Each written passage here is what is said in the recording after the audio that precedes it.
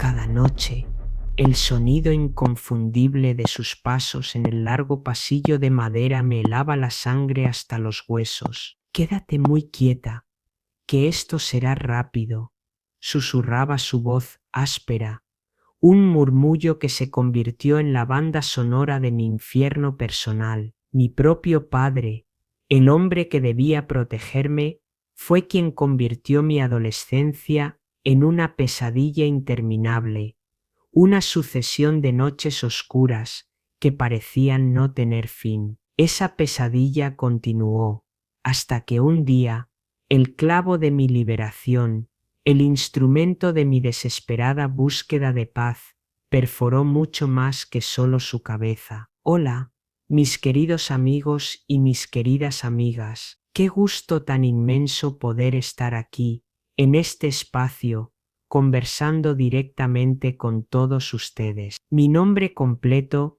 es María Teresa Castillo. Tengo 73 añitos que les aseguro, han sido bien vividos, con sus luces y sus sombras. Nací en la hermosa tierra de Veracruz, justo en la vibrante costa del Golfo de México, un lugar lleno de vida, color y el sonido constante del mar. Sin embargo, hoy mi hogar está aquí, en la serena ciudad de Querétaro, en el corazón mismo de México. Esta es una ciudad tan noble y acogedora que me abrazó con una calidez inmensa justo en el momento en que más necesitaba un nuevo comienzo, una oportunidad para reescribir mi historia. Hoy en día, les confieso que mi mayor placer, mi pasión más grande, es trabajar con la fotografía y el video. Tengo mi propio rinconcito especial aquí en casa, un cuartito que con mucho amor y esfuerzo transformé en mi estudio personal. Está lleno de tesoros,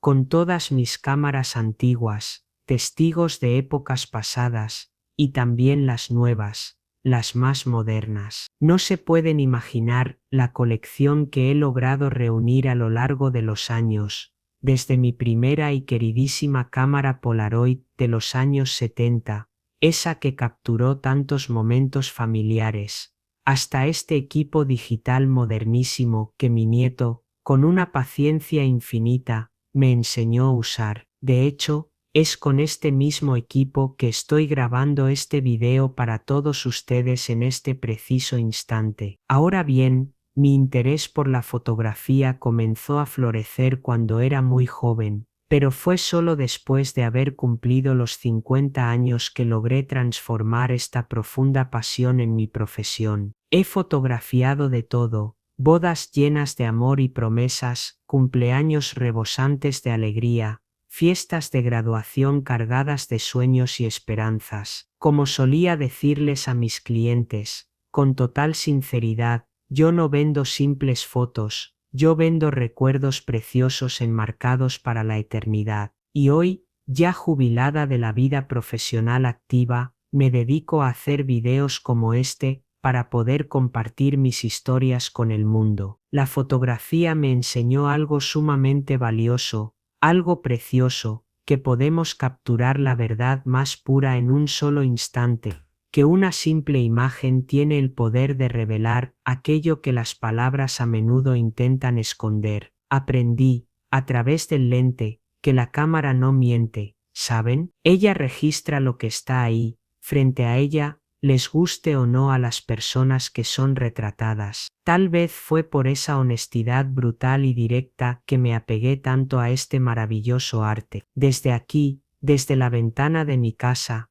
se puede ver la majestuosa sierra del pueblito, allá en el fondo. ¿Lo sabían? Es un escenario tan increíble, que ya lo he fotografiado en todas las estaciones del año, con todos los tipos de luz imaginables, desde el amanecer hasta el anochecer. Tengo un álbum completo dedicado exclusivamente a las fotos de esa sierra. Cuando el sol nace, esa sierra se viste de un color dorado intenso, parece una pintura salida del lienzo de un gran maestro. Tengo algunas de esas fotografías enmarcadas y colgadas por toda la sala de mi casa. Y ustedes, mis queridos y queridas que están viéndome ahora mismo, Háganme un pequeño favor para esta abuelita que les habla con el corazón en la mano. Denle un pequeño clic a ese botoncito que dice me gusta y por favor, suscríbanse a este canal, Aberración Familiar. Ese simple botoncito, para mí,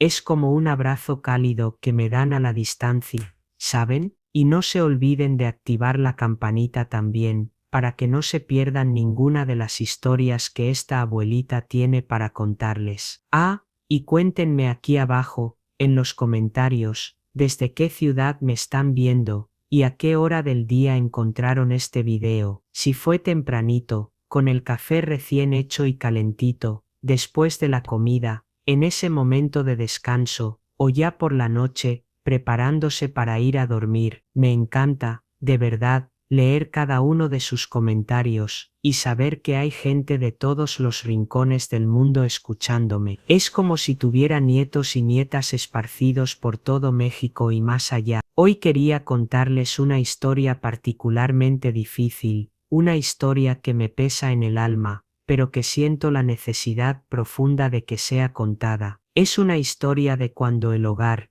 ese lugar que debería ser nuestro refugio más seguro, nuestro puerto en la tormenta, se transforma en nuestra mayor y más aterradora amenaza. Y también es una historia sobre cómo, incluso en las situaciones más oscuras y difíciles, podemos encontrar una salida. No siempre es del modo que imaginamos, no siempre es fácil, pero les aseguro que siempre hay una luz, por más pequeña y tenue que sea, al final del túnel, ¿saben? No siempre mis días fueron tan tranquilos y apacibles como lo son hoy, fotografiando paisajes hermosos y grabando videos para ustedes. Hubo un tiempo, hace mucho, en que cada anochecer traía consigo un peso inmenso en mi pecho, un miedo tan profundo que se sentía como una piedra hundiéndome lentamente en aguas oscuras. Y todo esto ocurrió hace mucho, mucho tiempo, cuando yo era apenas una niña, viviendo mi infancia allá en Veracruz. Nací en Veracruz, en el año de 1952, en una casita muy sencilla, ubicada en el barrio de Boca del Río, no muy lejos del mar. Era una casa de madera, pintada de un color azul claro que se descascaraba con el sol y la sal. Tenía unas ventanas que crujían de una manera muy particular,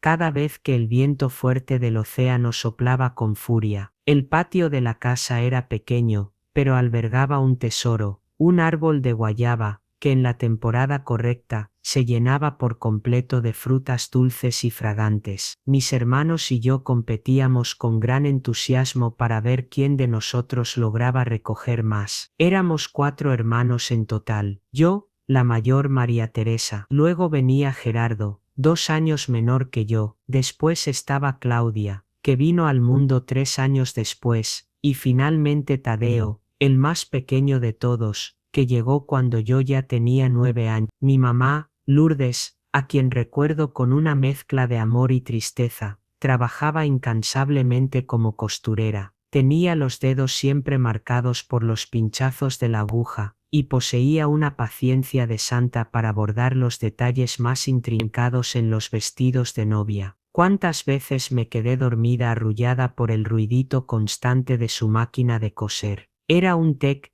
tec, tec, tec, que se extendía hasta altas horas de la noche. Mi papá, Iván Castillo, trabajaba en el puerto. Salía de casa muy tempranito, cuando todavía estaba oscuro, y regresaba justo cuando el sol ya se estaba poniendo en el horizonte.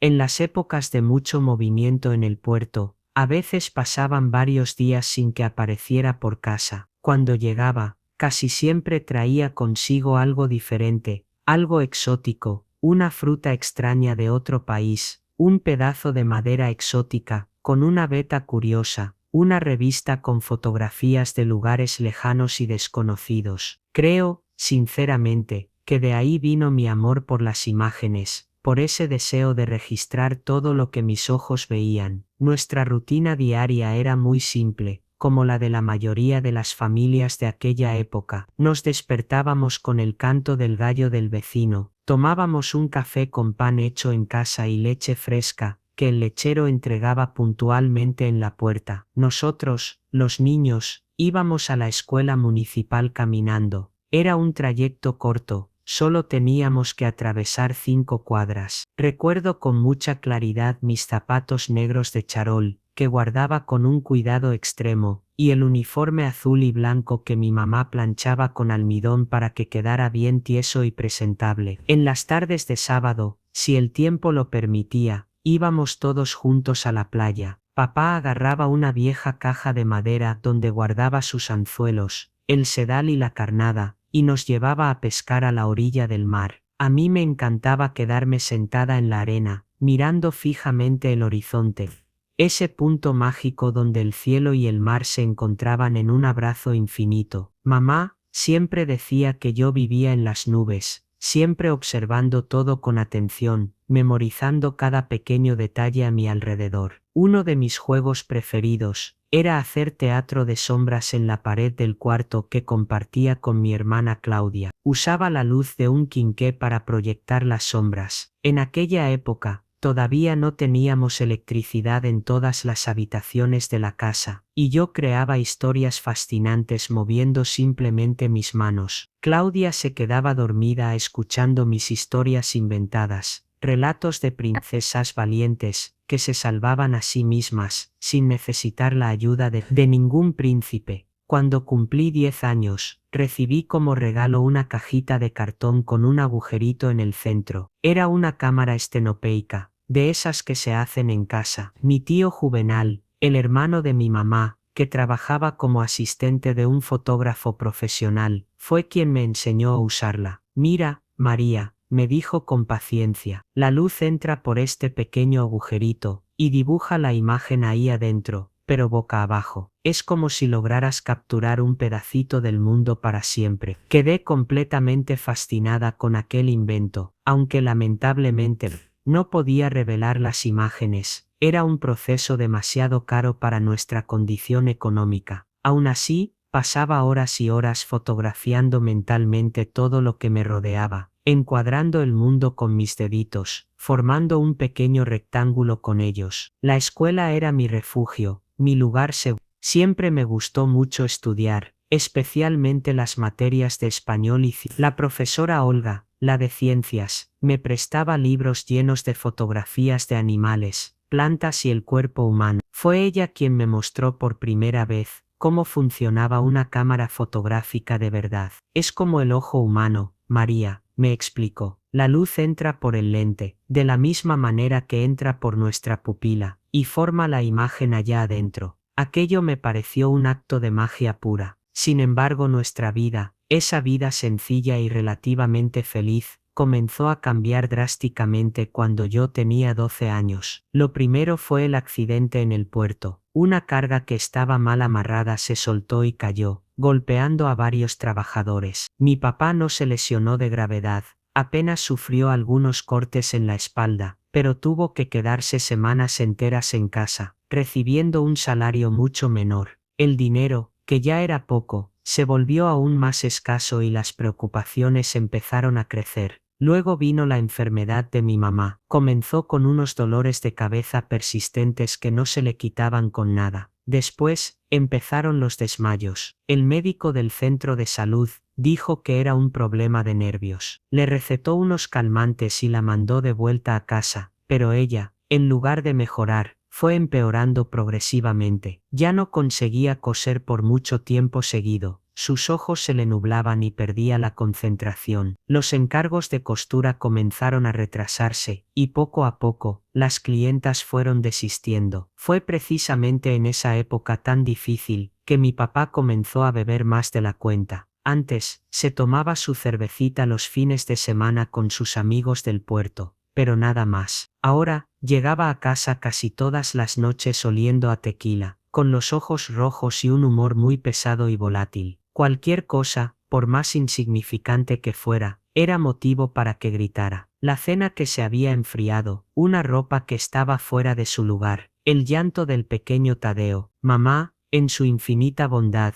intentaba protegernos. Nos mandaba a nuestro cuarto en cuanto él llegaba en ese estado. Vayan a dormir, niños, mañana será otro día, nos decía con una voz cansada. Y nosotros íbamos, claro, pero era absolutamente imposible dormir oyendo sus gritos, el sonido de las cosas rompiéndose en la sala, y sobre todo, el llanto ahogado de mi madre. Una noche, me levanté para buscar un vaso de agua, y la vi. Vi a mi mamá caída en el suelo de la cocina, con la cara hinchada y un hilito de sangre seca en la comisura de la boca. Papá no estaba en casa. La ayudé a levantarse con mucho cuidado. Le puse un paño mojado en la cara para bajarle la hinchazón. No fue nada, hija, me dijo ella, intentando forzar una sonrisa triste. Tropecé con la orilla de la estufa, pero yo sabía, en el fondo de mi corazón, que no era verdad. Aquella noche, mientras limpiaba sus lágrimas en silencio, algo dentro de mí se rompió y cambió para siempre. Me di cuenta de que a veces, las personas mienten para proteger a quienes aman, y que otras veces, la verdad necesita ser vista con los propios ojos para poder ser creída. Fue poco después de ese incidente que mi mamá me llamó para tener una conversación muy seria. Estábamos solas, lavando ropa en la pila del patio. María, dijo en voz muy bajita, te estás volviendo una señorita. Tu cuerpo está cambiando, y me explicó, con palabras muy simples y cuidadosas, lo que significaba convertirse en mujer. Ahora necesitas tener todavía más cuidado, mi hija. Usar ropa que no sea tan escotada, no quedarte a solas con hombres, aunque sean conocidos de la familia. En ese preciso momento, no logré entender el miedo profundo que se reflejaba en sus ojos. Solo lo comprendí mucho tiempo después, cuando lamentablemente ya era demasiado tarde.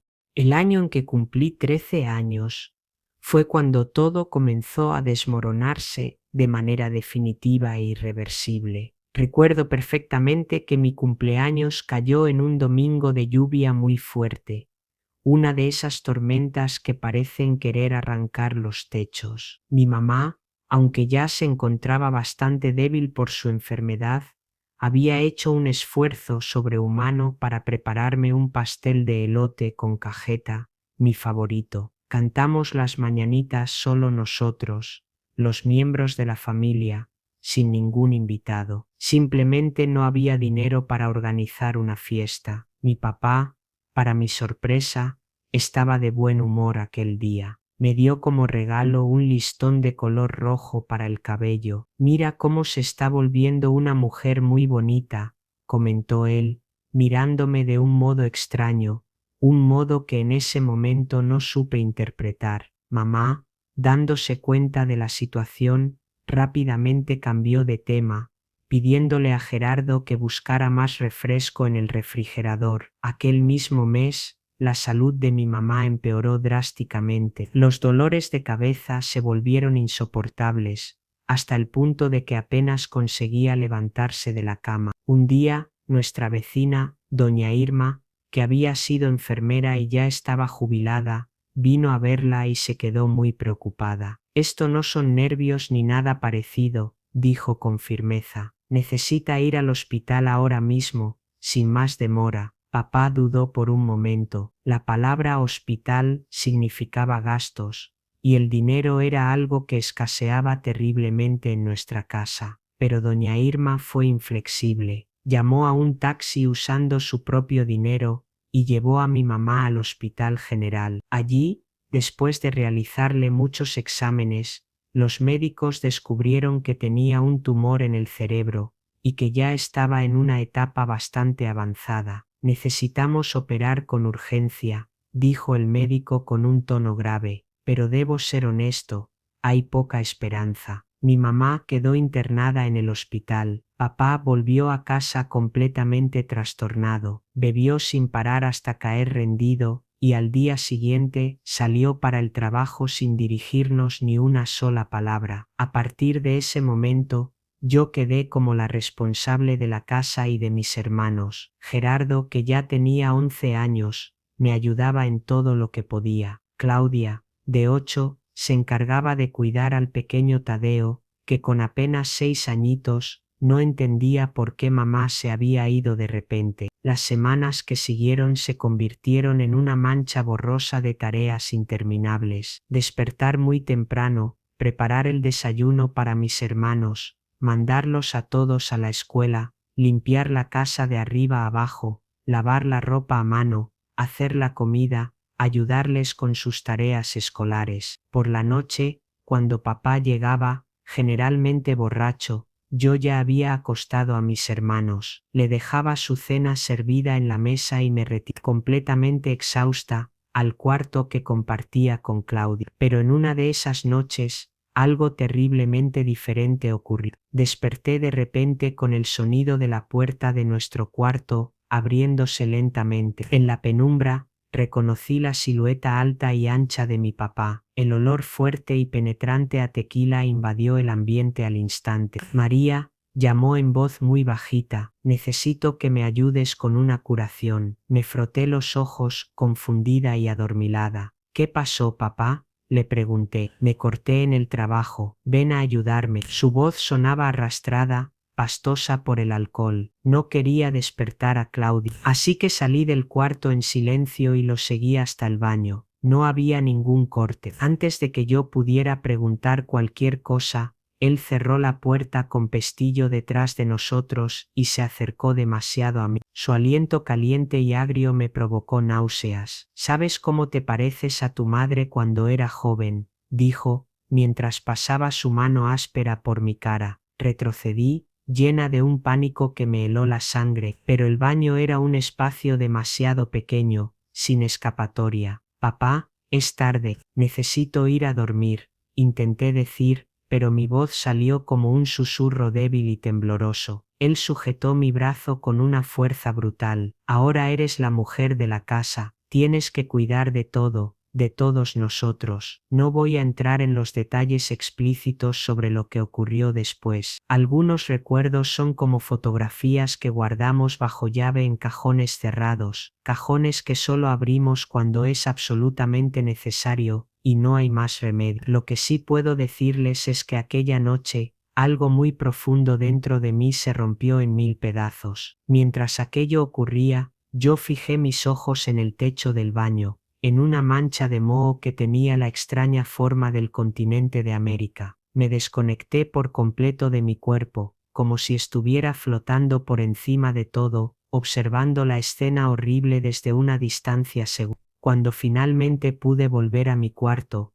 Claudia seguía durmiendo profundamente. Me encogí en la cama, abrazando mi propio cuerpo, sintiendo un dolor que no era solamente físico, sino que me desgarraba el alma. Me prometí a mí misma, en ese oscuro momento, que nadie jamás lo sabría. ¿Quién me iba a creer? ¿Y qué sería de mis hermanos si algo le ocurriese a papá? A la mañana siguiente, él actuó como si absolutamente nada hubiera pasado. Tomó su café, se quejó del dolor de cabeza que le había dejado la resaca y salió para el trabajo. Lo miré fijamente, intentando encontrar en sus ojos alguna señal de remordimiento, un atisbo de vergüenza, pero no había nada. Para él, yo era apenas un objeto, algo para ser usado y descartado sin más. Fui a visitar a mi mamá al hospital aquel mismo día. Estaba tan frágil, tan pálida, con la cabeza parcialmente rapada por causa de la cirugía. Agarré su mano y lloré desconsoladamente, pero no le conté el verdadero motivo de mis lágrimas. Ella ya tenía cargas demasiado pesadas que soportar. ¿Qué pasa, mi hija?, me preguntó, acariciando mi cara con sus dedos temblorosos. Nada, mamá, solo es el cansancio, respondí, forzando una sonrisa que se sentía como una máscara. Está todo bien en casa, no te preocupes por nada. Ella apretó mi mano con una fuerza sorprendente, como si supiera en el fondo que yo le estaba mintiendo. María,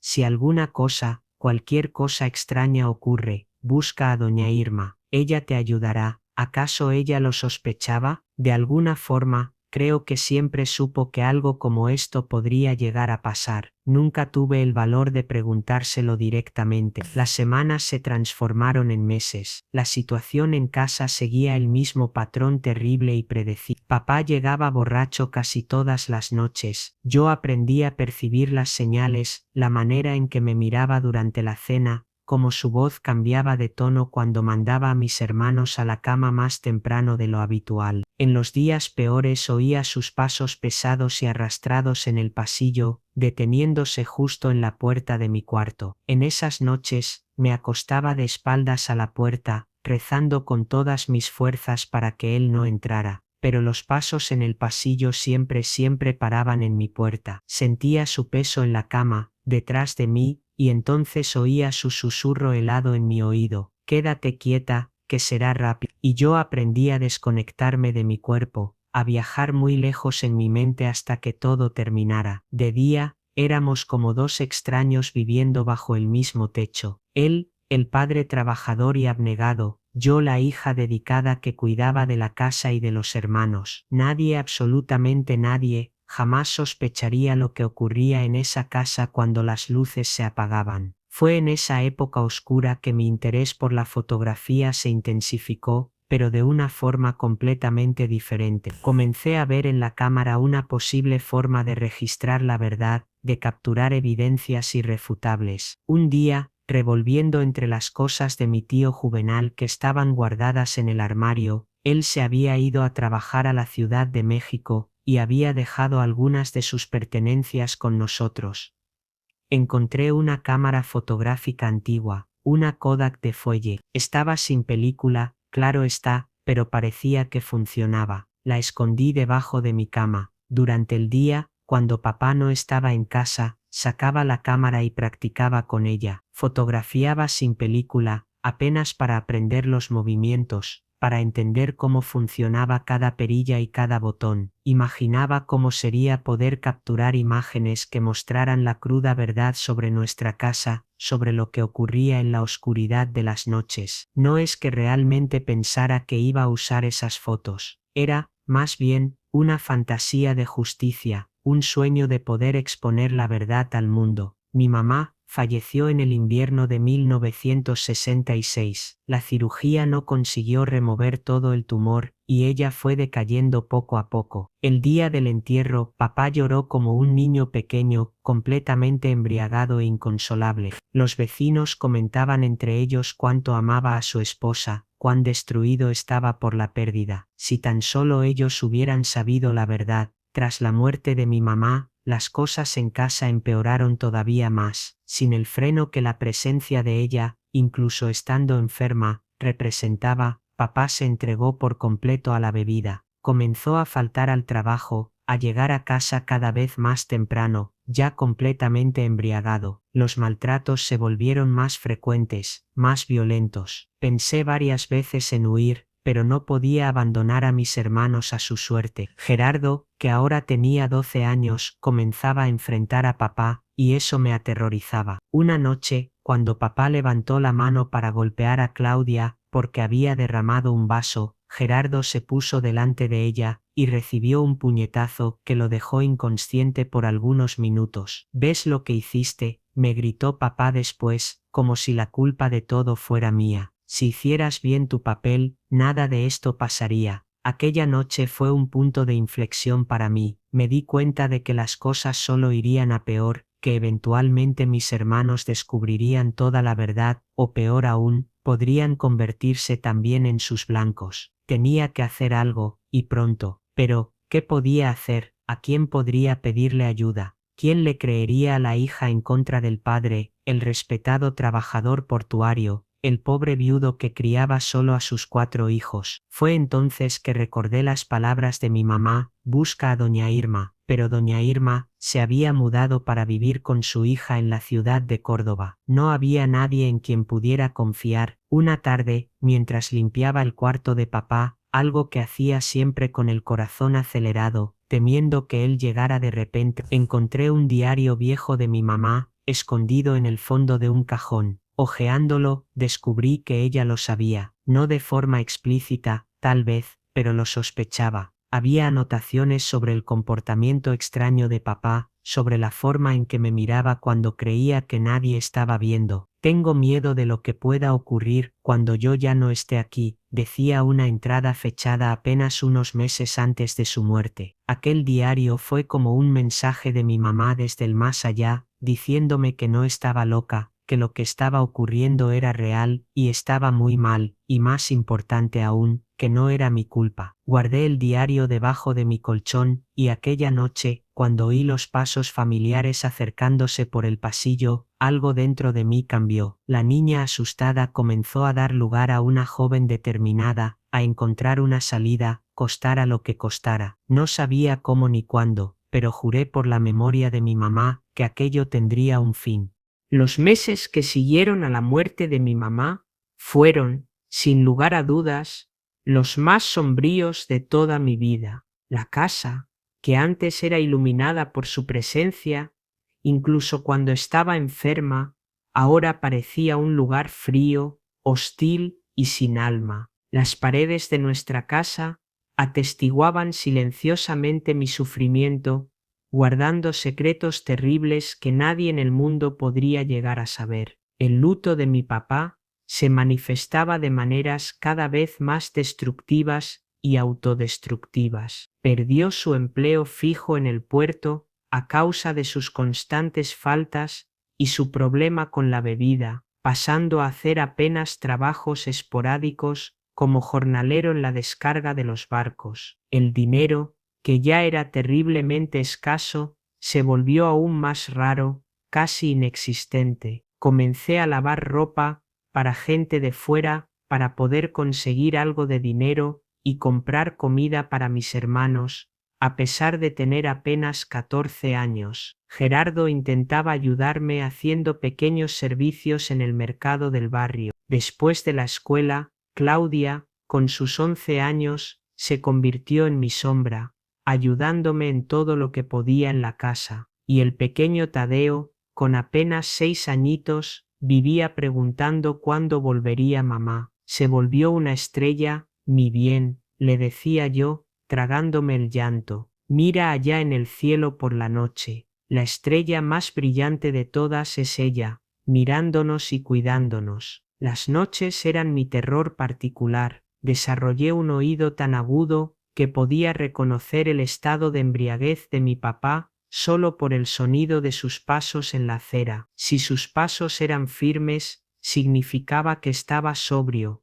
una rareza que me daba algunas horas de paz y tranquilidad. Si eran arrastrados, tambaleantes, sabía perfectamente lo que me esperaba. En esos días, intentaba encerrarme en el cuarto con Claudia, fingiendo que ya estábamos profundamente dormidas, pero las cerraduras de las puertas no lo detenían. Abre esta puerta, María. ¿Sabes lo que pasa si tengo que forzarla? Gritaba, golpeando la puerta con una fuerza descomunal, para no despertar a mis hermanos, para no asustarlos más de lo que ya estaban. Yo abría la puerta, y entonces la pesadilla recomenzaba una y otra vez. Durante el día, me aislaba cada vez más del mundo exterior. Dejé de ir a la escuela de manera regular. ¿Cómo podría hacerlo con tantas responsabilidades en casa? Las pocas amigas que tenía se fueron alejando poco a poco. Yo misma creaba esa distancia, con un miedo atroz de que percibieran lo que estaba ocurriendo, con una vergüenza profunda de algo que no era mi culpa, pero que sentía como una marca invisible que todos podían ver en mi piel. La cámara de mi tío Juvenal se volvió mi refugio secreto, mi única vía de escape. No tenía dinero para comprar película, pero incluso así, pasaba horas y horas estudiando su mecanismo, imaginando cómo podría llegar a usarla. Un día, encontré un manual de fotografía en la biblioteca municipal. Pasé la tarde entera allí, absorbiendo cada palabra, aprendiendo sobre la luz, los ángulos, cómo se formaban las imágenes en el papel. El bibliotecario, el señor Augusto, notó mi interés. ¿Te gusta la fotografía, niña?, me preguntó, ajustándose los lentes en su nariz fina. Sí, señor, respondí con timidez. Tengo una cámara de mi tío, pero no tengo película para usarla. Él me sonrió con una gentileza que me conmovió. Tengo algunos rollos antiguos guardados por ahí. La próxima vez que vengas, trae tu cámara y veremos si sirven. Fue el primer gesto de bondad pura que recibí en mucho tiempo. La semana siguiente, llevé la cámara Kodak escondida en mi bolso. El señor Augusto la examinó con mucho cuidado. Es una buena cámara, dijo. Solo necesita una buena limpieza. Y mira, tengo 2 rollos de película que sirven perfectamente en ella, son tuyos. Aquellos 2 rollos de película eran como oro puro para mí, los guardé con un cuidado extremo, esperando el momento adecuado para poder usarlos. Todavía no sabía qué iba a fotografiar, pero algo en mi interior me decía que aquella cámara sería importante de alguna forma. En casa, la situación continuaba deteriorándose a pasos agigantados. Papá comenzó a vender los pocos objetos de valor que nos quedaban, la radio, el reloj de pared, incluso algunas de las herramientas de costura de mi mamá. Todo el dinero que conseguía se iba directamente para la bebida. Hubo días en los que no teníamos absolutamente nada que comer. Yo saltaba comidas para poder dejar un poco más de comida para mis hermanos. Fue en esa época tan dura que intenté por primera vez buscar ayuda. Una asistente social de la escuela, doña Eulalia, vino a nuestra casa tras mis muchas faltas a clase. Era una mujer seria, de voz firme y con unos ojos muy atentos. Conversó conmigo en la cocina, mientras papá no estaba. María, tus profesores están muy preocupados. Eras una alumna ejemplar, y ahora apenas apareces por la escuela. ¿Qué está pasando?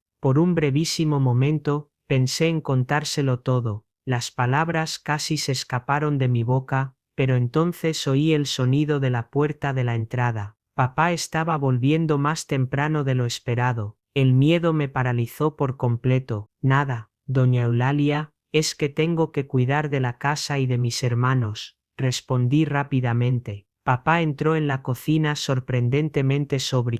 Sonrió, fue educado, le explicó a la asistente social lo difícil que era criar a 4 hijos solo, y cómo yo era su mano derecha en todo. Doña Eulalia se fue de nuestra casa convencida de que éramos apenas una familia luchando contra las dificultades tras la pérdida de la madre. Después de que ella se fue, el semblante de mi papá cambió por completo. Me agarró del brazo con tanta fuerza que me dejó marcas moradas. ¿Qué le dijiste?, gruñó. Nada, respondí temblando de miedo. Solo hablamos de mis faltas en la escuela. Él me miró fijamente por un largo momento. Más te vale. Nadie va a creerte a ti en contra de mí, y si intentas algo, ¿sabes lo que les pasa a tus hermanos? ¿No lo sabes? La amenaza quedó flotando en el aire, densa y aterradora. Era la primera vez que amenazaba explícitamente a mis hermanos, y eso me aterrorizó más que cualquier cosa que pudiera hacerme a mí. Aquella noche, cuando todo oscureció y la casa quedó en silencio, me senté en el borde de la cama con el diario de mi mamá en las manos, hojeando sus páginas a la luz débil de la luna que entraba por la ventana. Encontré un pasaje que no había notado antes. A veces pienso en huir con los niños, había escrito ella. Pero ¿a dónde iríamos? ¿Quién me creería? ¿Qué sería de ellos sin un padre? Las palabras de mi mamá eran un eco exacto de mis propios pensamientos, de mis propios miedos. Al igual que ella, me sentía completamente atrapada, sin ninguna salida posible, pero a diferencia de ella, yo tenía una determinación que crecía dentro de mí, una rabia sorda que comenzaba a superar el miedo. Una noche, tras un episodio particularmente brutal, cuando papá finalmente salió de mi cuarto y pude volver a respirar, tomé una decisión. No huiría. ¿A dónde podría ir con 3 niños pequeños? No pediría ayuda. ¿Quién me iba a creer?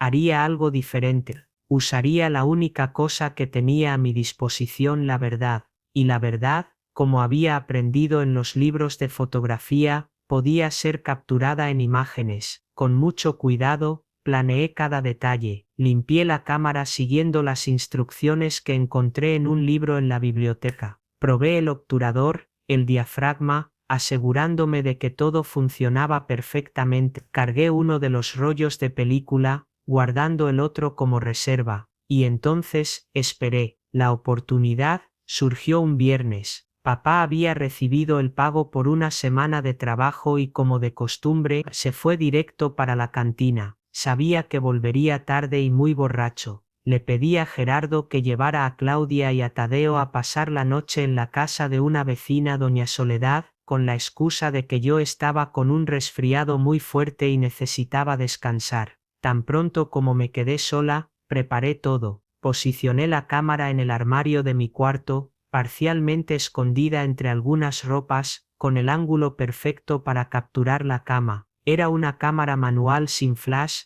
pero la luz del poste de la calle que entraba por la ventana sería suficiente. Probé el disparo silencioso varias veces, asegurándome de que sabía exactamente cómo y cuándo tenía que apretar el botón, y entonces, con el corazón latiendo tan fuerte que parecía que iba a explotar dentro de mi pecho, me acosté en la cama y esperé. El tiempo se arrastraba, cada minuto parecía una hora entera. Finalmente, oí el sonido familiar, la puerta de la entrada abriéndose con dificultad, los pasos pesados y tambaleantes en el pasillo, la respiración pesada acercándose a mi cuarto. La puerta se abrió, fingí estar durmiendo de espaldas a la entrada, como siempre hacía, lo oí aproximarse, sentí su peso hundiendo el colchón y entonces, las palabras que ya conocía de memoria: quédate quieta que será rápido. En aquel momento hice lo que nunca había hecho antes, en vez de desconectarme, de viajar lejos en mi mente, permanecí presente. Cada segundo, cada movimiento, cada detalle quedó grabado a fuego en mi memoria, mientras, discretamente estiraba la mano hacia el armario, y en el momento exacto, apretaba el disparador de la cámara. El clic fue casi imperceptible en el silencio de la noche, amortiguado por las ropas del armario. Él no notó absolutamente nada, perdido como estaba en su propio mundo de violencia. Cuando terminó y salió tambaleándose del cuarto, me quedé acostada, inmóvil por un largo tiempo. No lloré. Por primera vez, sentí algo diferente al miedo y la vergüenza. Sentí poder. A la mañana siguiente, retiré la cámara de su escondite y la guardé en un lugar seguro. Ahora tenía evidencias. No sabía exactamente cómo iba a usar aquellas imágenes, pero sabía que representaban mi única oportunidad de liberación.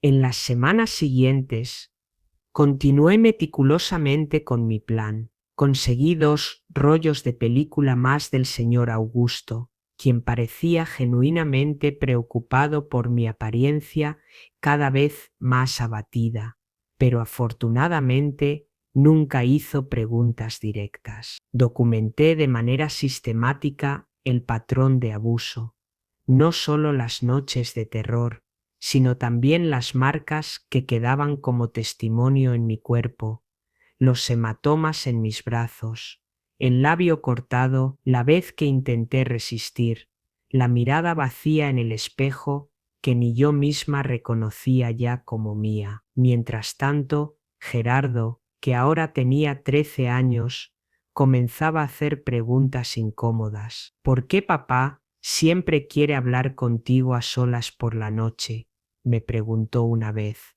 con sus ojos jóvenes llenos de una comprensión que iba mucho más allá de su edad. Son cosas de la casa, Gerardo. Respondí sin poder mirarlo a los ojos. No te preocupes. Pero él sí se preocupaba. Comenzó a intentar quedarse despierto hasta más tarde, a interponerse entre papá y yo cuando éste llegaba borracho. Una noche, papá lo empujó con tanta fuerza que él se golpeó la cabeza contra la esquina de la mesa. El corte necesitó puntos. Esa fue la gota que colmó el vaso. Me di cuenta de que mi tiempo se estaba agotando. O éste actuaba pronto, o Gerardo haría algo impulsivo que podría ponerlo en un grave peligro. Necesitaba finalizar mi plan de una vez por todas. En aquella época, había un muchacho en la tienda de revelado de fotos del centro, llamado Eduardo, que siempre me miraba con amabilidad cuando yo pasaba por allí. Un día, tomé valor y entré en la tienda. Quería revelar unas fotos, dije,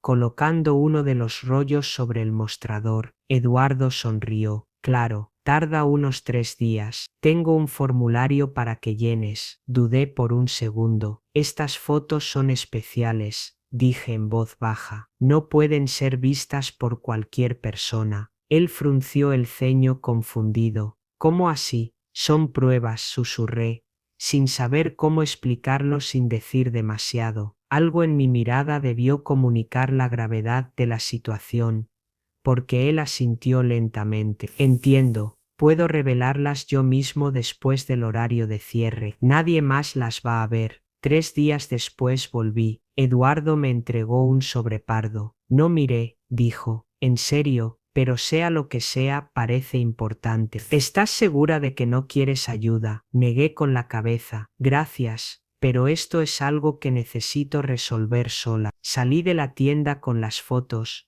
sin el valor para mirarlas allí mismo. Solo cuando llegué a un banco de la plaza, lejos de miradas curiosas, abrí el sobre. Las imágenes eran nítidas, innegables. La luz del poste había sido suficiente para capturar cada detalle sórdido. Cerré el sobre rápidamente, sintiendo una mezcla de asco y triunfo. Ahora tenía pruebas, ahora podía actuar. Pero actuar ¿cómo? ¿A quién le mostraría aquellas fotos? ¿A la policía? ¿A los vecinos? ¿Quién le creería a una niña de 15 años en contra de un hombre adulto?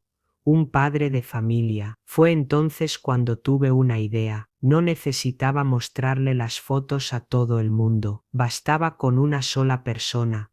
Él mismo. Aquel viernes de junio de 1967 quedó marcado en mi memoria como el día en que todo cambió. El cielo estaba gris, anunciando lluvia, un reflejo perfecto de lo que yo sentía por dentro. Se cumplía exactamente 1 año de la muerte de mi mamá, y el dolor de su ausencia parecía aún más agudo ese día. Papá había salido temprano, diciendo que iría a buscar trabajo, pero yo sabía que pronto estaría en alguna de las cantinas del puerto. Aproveché su ausencia para planear cada detalle de lo que haría por la noche. Mandé a Gerardo, Claudia y Tadeo a dormir a casa de doña Soledad nuevamente, esta vez con la excusa de que era el aniversario de la muerte de mamá y yo necesitaba un tiempo a solas. ¿Estás segura de que no quieres que me quede contigo?, preguntó Gerardo, sus ojos mostrando una comprensión que iba más allá de sus 13 años. Él venía intentando protegerme, quedándose despierto hasta tarde, interponiéndose entre papá y yo siempre que podía. Estoy segura, respondí, abrazándolo con fuerza. Mañana todo será diferente, te lo prometo. Después de que ellos se fueron, preparé el escenario. Primero posicioné la cámara en su lugar habitual, en el armario, ahora cargada con el último rollo de película. Después algo nuevo, una pequeña grabación que había hecho a escondidas en la grabadora portátil de la escuela, que la profesora de música me prestó con la excusa de que quería grabar las historias que mi abuela contaba. En realidad, había grabado a papá en una de sus noches de furia, capturando sus palabras, sus amenazas, el sonido inconfundible de lo que ocurría después. Por fin, el sobre con las fotos ya reveladas. Lo coloqué sobre la mesa de la cocina, bien visible. Quería que él viera primero las imágenes,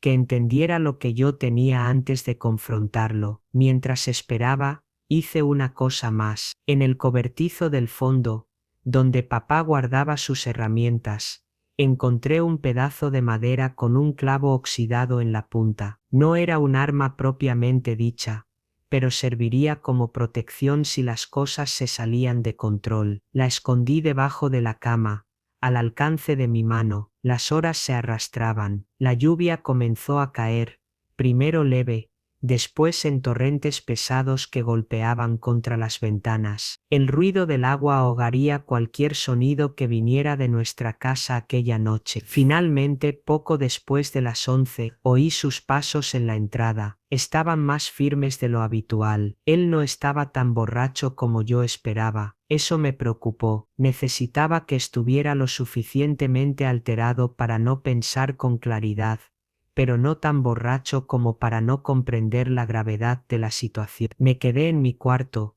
sentada en el borde de la cama, oyendo sus movimientos por la casa. Fue a la cocina primero, como siempre hacía, para tomar una copa más antes de venir a mi cuarto. Fue entonces cuando debió ver el sobre. Hubo un largo silencio, entonces el sonido de papel siendo rasgado, después un estruendo. Debió haber derribado una silla. Oí sus pasos pesados viniendo en dirección a mi cuarto, más rápidos de lo normal. La puerta se abrió con violencia, golpeando contra la pared. Él estaba allí, con el rostro contorsionado de furia, las fotos arrugadas en su mano. ¿Qué es esto?, rugió, avanzando hacia mí. ¿Qué hiciste, desgraciada? Retrocedí contra la pared, pero mantuve la voz firme. ¿Es la verdad, papá? Es lo que has estado haciéndome desde que mamá enfermó. Él miró las fotos nuevamente. Después las tiró al suelo. Nadie va a creer esto. Es tu palabra contra la mía. Soy tu padre. No es solo mi palabra, respondí, indicando la cámara aún posicionada en el armario. Tengo más fotos no reveladas en esa cámara. ¿Y esto? Señalé hacia la pequeña grabadora que había colocado sobre la mesita. Tu voz está ahí. Todas las cosas que me dijiste, que me hiciste. Su rostro palideció por un instante, pero pronto la rabia volvió aún más intensa. ¿Tú crees que esto cambia algo? ¿Quién te va a creer? A una niña problemática que apenas va a la escuela, contra un padre trabajador y viudo. Él avanzó un paso más. Instintivamente retrocedí para quedar más cerca de la cama, donde el pedazo de madera estaba escondido. Todos van a creer, respondí, sorprendiéndome a mí misma con la firmeza en mi voz. Ya hice copias de esas fotos. Si algo me pasa, van a parar a la delegación, al periódico, a la iglesia, a todas partes. Todos sabrán lo que hiciste. Era una mentira. No había hecho ninguna copia, pero él no necesitaba saberlo. Por un momento, vi miedo en sus ojos. Miró hacia la cámara, hacia la grabadora, hacia las fotos esparcidas en el suelo. Entonces, como un animal acorralado, avanzó hacia la cámara. Voy a destruir esta porquería, gritó, agarrando la Kodak y arrancándola de su escondite. Fue en ese instante que me di cuenta de que iba a destruir todas las evidencias, y después vendría por mí. No habría más noches de abuso silencioso. Sería mucho peor. El miedo se apoderó de mí por un segundo, pero pronto fue sustituido por una claridad absoluta. Mientras él estaba distraído, intentando abrir la cámara para arrancar la película, estiré la mano sobre la cama, y agarré el pedazo de madera. Me levanté lentamente, sintiendo el peso del objeto en mi mano. El clavo oxidado brilló débilmente a la luz tenue del cuarto. Puede ser rápido. Sí, papá, dije, repitiendo sus propias palabras. Pero no te olvides de sonreír. Mira la cámara allí. Él se volvió confundido, y entonces vio lo que yo sostenía. Por un instante, su rostro mostró incredulidad. No podía creer que la hija sumisa, la víctima silenciosa, pudiera tomar represalias. ¿Qué piensas que vas a hacer con eso?, gruñó, soltando la cámara y avanzando hacia mí. No respondí, no había más nada que decir. Cuando él dio un paso más en mi dirección, levanté el brazo y golpeé con toda la fuerza que tenía acumulada en años de rabia contenida. El clavo pegó de lleno en el lado de su cabeza. No sé si fue el choque del impacto o la fuerza del golpe, pero él cayó instantáneamente, como un saco pesado. Un hilito de sangre comenzó a escurrir por su rostro mientras yacía inmóvil en el suelo del cuarto. Me quedé parada, con el pedazo de madera aún en la mano, temblando de la cabeza a los pies. Había estado a punto de matar a mi propio padre. Por un momento, no conseguí moverme. Entonces me di cuenta de que él aún respiraba. Su pecho subía y bajaba lentamente. Salí del trance. Necesitaba actuar rápido. Corrí hacia el teléfono. Mis manos temblaban tanto que apenas conseguía marcar. Doña Soledad, dije cuando ella atendió. Es María. Por favor, quédese con mis hermanos hasta mañana. Pasó algo con papá. Se cayó y se lastimó. Estoy llamando por ayuda. Colgué antes de que pudiera hacer preguntas. Enseguida dudé. ¿A quién llamar? ¿A la policía, a una ambulancia? ¿Y si él despertaba antes de que alguien llegara? Fue cuando noté que su respiración se había vuelto más irregular. La herida en la cabeza sangraba bastante ahora, formando un charco en el suelo. Él necesitaba atención médica urgente o podría morir. Por un breve y terrible momento, pensé en no hacer nada, en dejarlo allí. Sería tan fácil decir que llegó borracho,